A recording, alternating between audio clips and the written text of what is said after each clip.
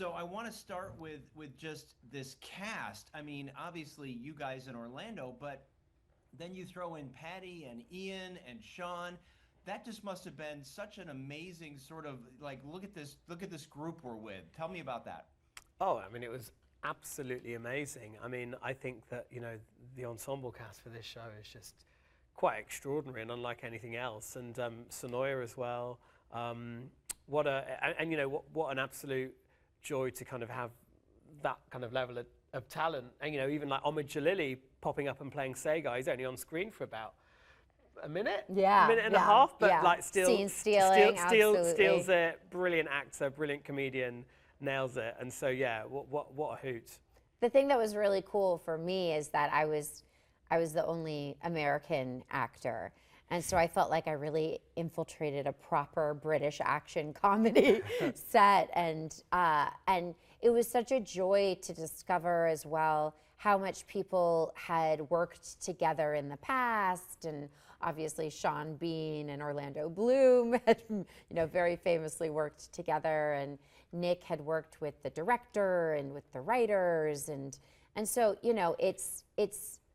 it was a very tight ensemble, and there were a lot of comedians as well. Like, when there's a movie about improv comedy, improv comedians are like, oh, sign me up for that one, please. So yeah, it was a great group.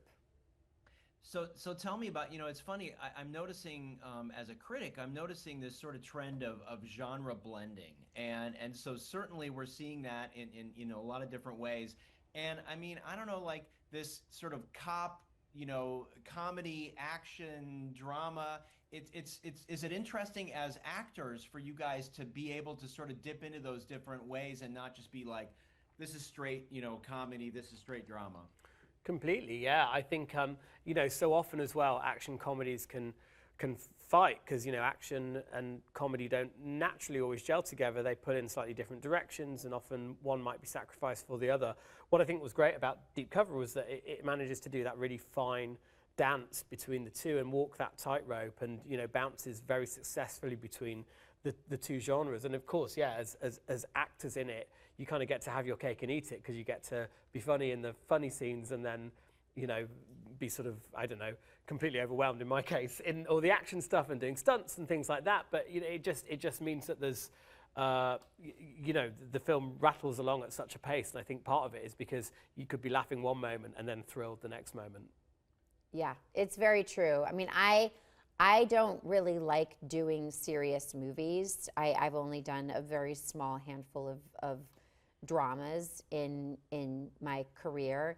And even when it is something that is, a spectacle and there's action, the levity is so important. And so, this kind of genre blending that you're talking about, I think it's a little bit, it speaks to the audience and how savvy audiences are now. And that kind of, that's what we crave for the recipes of what we're watching. We want those little ingredients, It's like, Die Hard is a Christmas movie. that makes it all the more fun. And so, it made it, I think if this was just a straight action movie or just a walk and talk comedy, it would be obviously a very, very, very different sort of entertainment premise overall. So let me ask you this. I know that your characters, and specifically Nick, you have to be talked into this, but could you guys, as human beings, could you see yourself doing this? Could you see if the cops approached you, not having your face be recognized, whatever, as an actor, but do you think as a person you could actually put on this persona? I don't think so. I think I'd give myself away too soon. I think it does depend what the stakes are, really. I think it's because I would try to actively avoid confrontation in real life. So anything that might escalate quite quickly or that there's any sense of threat, I think I would crumble. Yeah, I mean, I definitely would, for sure. I tried to do a sociology project about 10 years ago. I was taking a class. And I needed to sort of dress up in a way where I was fitting into an area. It was an ethnographic field report. And in order to like fit in, I dyed. The report was about hipsters. I dyed my hair pink, so I like fully committed. But then I wore just like a Banana Republic outfit that I probably got in Greenwich, Connecticut. And so